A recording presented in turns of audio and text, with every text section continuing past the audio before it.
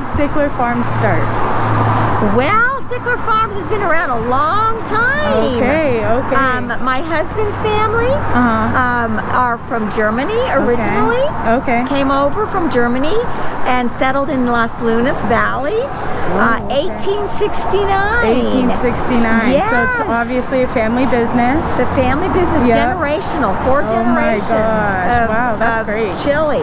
So Germans getting into chili. That's an interesting. Exactly. How does that happen? That's exactly right. Well, you know, they did other things. They did dairy. They did other things, you know, from Germany. Right. But then they had to jump in to our culture in order to make it. And they were farmers, and so chili was the big thing. And so, yeah, they started growing chili and have been for a long time. So yeah, it's really a cool story. That's awesome. And what kind of chilies do you have here? Do you have one type, or do you have multiple different types of chili? Well, what kinds of chili do you have?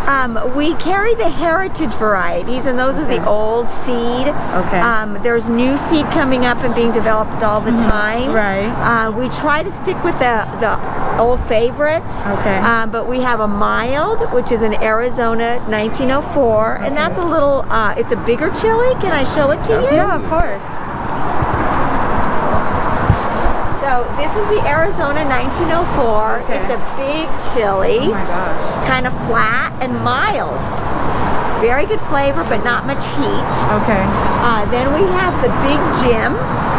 It was developed by Jim Lytle, and it's an inconsistent chili. You can get one that's pretty hot. You can get another one that is as mild as this one. Okay. But by the time you put it together, chop it up, put it in your food, it's a medium. Okay.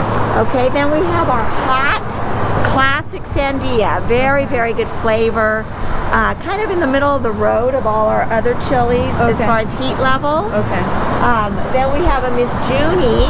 Great story behind Miss Junie. Miss Junie is Jim Lytle's wife. Oh my gosh. So that's awesome. So Big Jim was developed by Jim Lytle, and then his wife was June Rutherford. Oh, okay. And so this is named after her. And they come out of Hatch. Okay. They live in Hatch. The school that they work with is NMSU to develop different strands of chili. Okay, yeah. So this is not as it's hotter than the hot, and not as hot as the extra hot. Okay. And this is our Lumbra. Some people like it really, really hot. This is the hottest we carry, and it's called a Lumbra Extra Hot. Wow. So those are the 5 chilies that we basically are selling right now. Okay.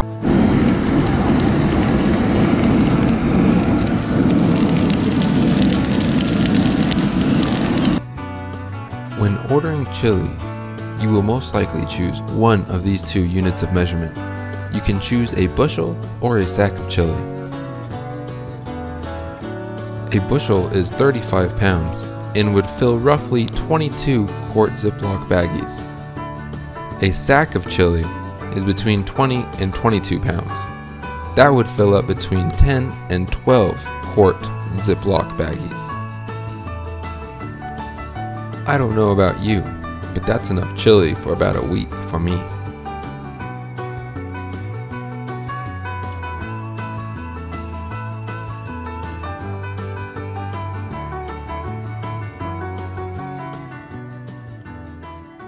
How do you measure the heat? Do you have a certain way to measure heat? Yeah, you know, the heat is measured through the Scoville scale. The Scoville chart keeps track of how hot different chili peppers are. Capsaicin is the active component of chili. That is what makes it hot. The more capsaicin in the pepper, the hotter it'll be. But they have all the chilies. There's thousands and thousands of varieties of chili, and they measure that in a certain way, and it's called the Scoville scale. Scoville scale. Yes. Thank you. You're welcome.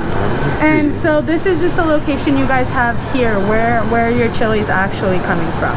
Okay, for years and years and years, we grew our own chili down in the Las Lunas Valley, and then my father-in-law has farmed up and down the Rio Grande Valley. Oh, okay. For years and years. Yeah. He's taken all kinds of different kind of, like you would call them like second-hand farms, basically. Okay. And he's gone in there and revamped it and turned it into a very, very profitable Wow, farm. that's awesome. So he's done that from Belen and even South Valley, okay. all the way down past Socorro. Yeah. He's retired. Oh, okay. So right now we have 2 growers that grow for us. Oh, okay. And they grow out of the Las Uvas Valley, which is a little further south.